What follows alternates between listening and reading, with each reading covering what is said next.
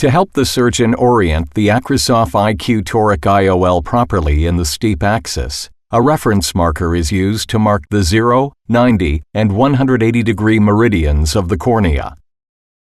The reference mark should be made prior to surgery, while the patient is sitting in an upright position. This avoids any errors in marking due to cyclorotation, a natural rotation of the eye that occurs when the patient reclines.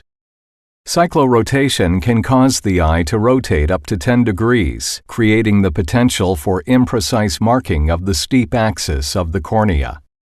The surgeon will use these reference marks later in surgery to mark the steep axis. Once the reference marks are placed on the cornea, the surgeon uses the marks to align the axis marker. The axis marker enables the surgeon to place linear ink marks on the cornea, which identify the precise axis of the astigmatism. Using the information derived from keratometry readings and corneal topography, the surgeon rotates the dial on the axis marker to the appropriate degree where the steep axis of astigmatism was identified. The footplates are then inked using a surgical skin marker.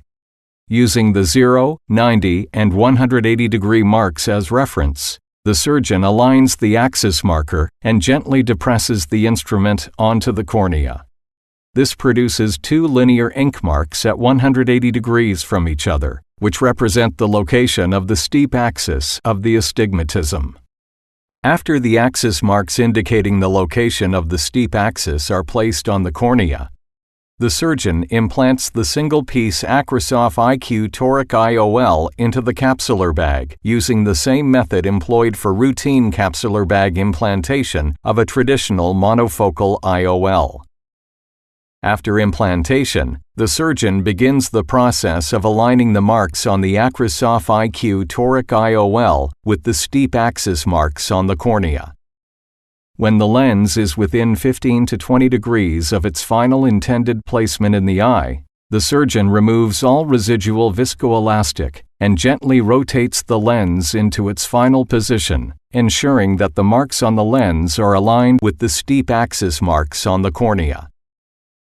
The surgeon then gently compresses the lens to the back of the capsular bag to ensure that the lens will remain in the desired position following surgery.